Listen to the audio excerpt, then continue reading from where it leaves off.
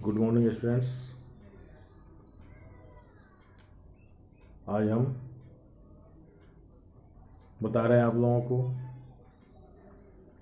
Natural resources का classification on the basis of origin. इसके पहले आप लोगों को हम समझा चुके हैं नेचुरल रिसोर्सेज का classification on the basis of level of development. आज बता रहे हैं on the basis of origin. तो on the basis of origin resources can be classified two types, abiotic and biotic. Abiotic resources, as you know, are non-living resources, while biotic resources are living. जैसे कि आप जानते हैं कि abiotic resources जो होते हैं उस रिसोर्सेज को कहते हैं जो नॉन लिविंग होते हैं, जबकि बायोटिक रिसोर्सेज लिविंग रिसोर्सेज को कहते हैं। अब सॉइल, रॉक्स, मिनरल्स ये सब एबायोटिक रिसोर्सेज के एग्जाम्पल हैं, जबकि प्लांट्स, एनिमल्स ये बायोटिक रिसोर्सेज के एग्जाम्पल हैं। फिर natural resources can be classified on the basis of stock। अब यहाँ पर आप लोगों को पहले बता दें कि स्टॉक का मतलब क्या होता है। तो स्टॉक ऑफ रिसोर्सेज का मतलब है कि किसी भी रिसोर्सेज का कितना अवेलेबिलिटी है, वह कितना है। तो अभी हम नेचुरल रिसोर्सेज की क्लासिफिकेशन स्टॉक के बेस पर कर रहे हैं, और on the basis of stock natural resources can be classified into two, renewable and non renewable. Renewable resources जैसे कि वर्ड से ही मालूम है आप लोगों को कि रिन्यूएबल रिसोर्सेज आर दो रिसोर्सेज विच गेट रिन्यूड और रिप्लेनिश्ड क्विकली।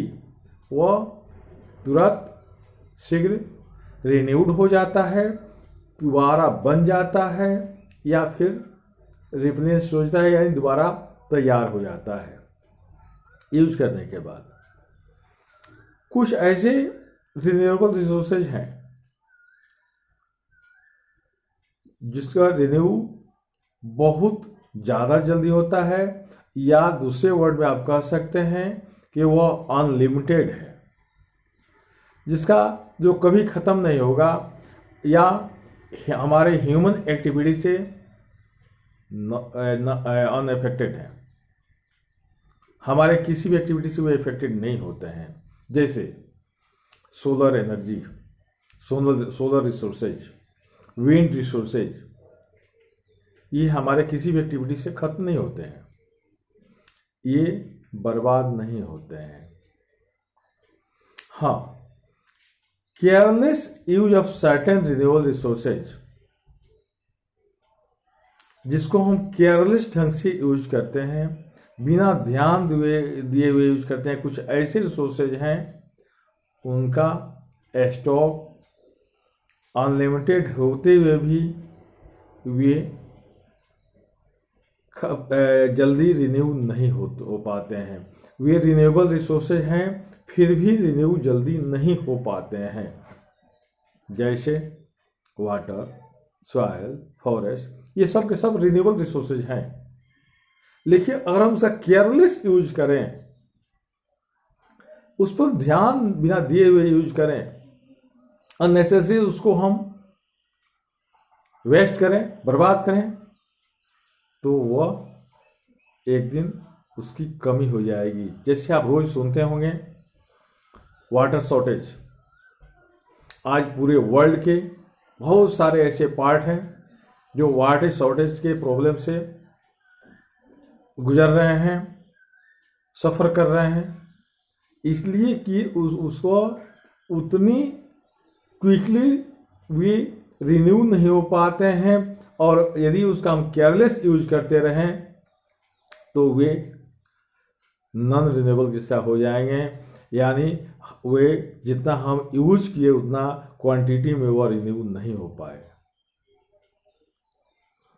फिर दूसरा है non renewable resources.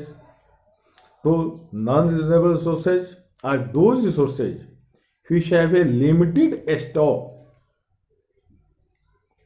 Non renewable resources वह रिसोर्सेज है जिसका स्टॉक लिमिटेड है। वह लिमिटेड स्टॉक से जितना खर्च करेंगे उतना खर्च हो गया, और जो बच गया सो ही बच गया। Once the stock are adjusted, it may take thousands of years to be renewed। यदि उसको हम खर्च कर जाते हैं तो हजारों वर्ष लग जाते हैं उसको दोबारा रिन्यू होने में, दोबारा फिर बनने में, और इसमें इतना जो बहुत ज़्यादा समय लगता है, इसकी वजह से उसको नॉन रिन्यूएबल रिसोर्सेज मान लेते हैं।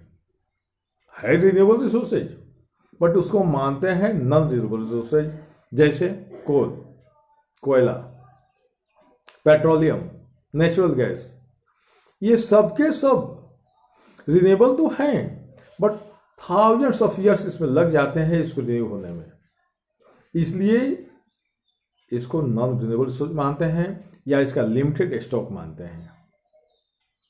फिर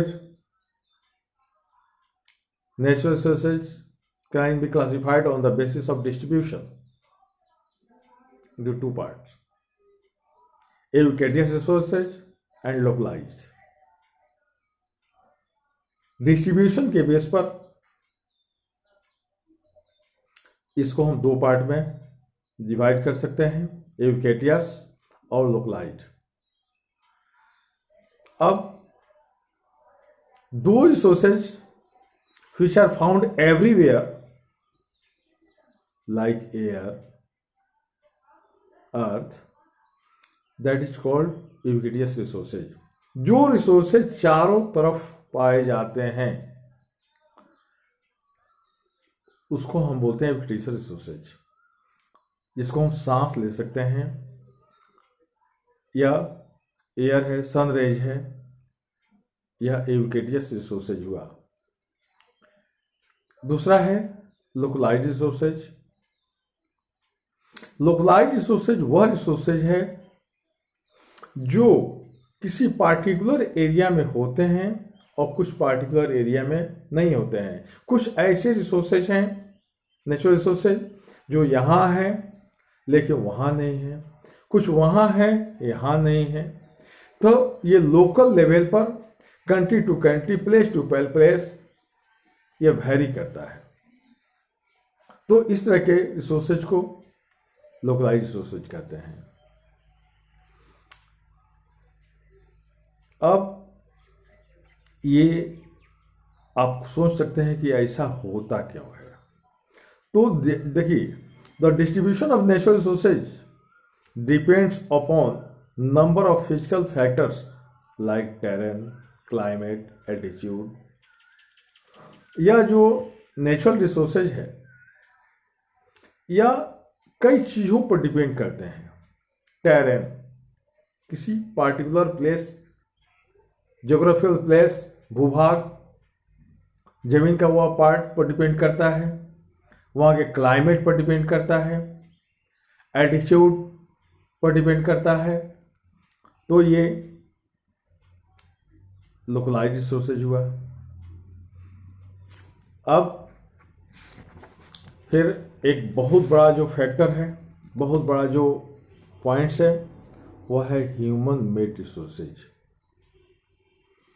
ह्यूमन मेड रिसोर्सेज वह रिसोर्सेज है जो हम लोगों के द्वारा, ह्यूमन के द्वारा नेचुरल सब्सटेंस को अपने यूज के लायक बनाए जाते हैं। Natural substance became resources only when their original forms has been change. कोई भी नेचुरल रिसोर्सेज वह नेचुरल सब्सटेंस रिसोर्सेज तब बनता है जब उसके ओरिजिनल फॉर्म को हम चेंज कर देते हैं। जैसे यदि हम जो आयरन ओर गेन करते हैं उसको चेंज नहीं करें, यूजफुल गुड्स के रूप में उसको हम कन्वर्ट नहीं करें, आयरन के रूप में कन्वर्ट नहीं करें, तो रिसोर्सेज नहीं है, वो आयरन और बेकार है। लेकिन जैसे ही उसको अपने स्किल से, अपने टेक्नोलॉजी से उसको हम आयरन के रूप में कन्वर्ट कर देते हैं तो वह एक रिसोर्सेज हो जाता है, यूजफुल रिसोर्सेज हो जाता है। इस तरह से टेक्नोलॉजी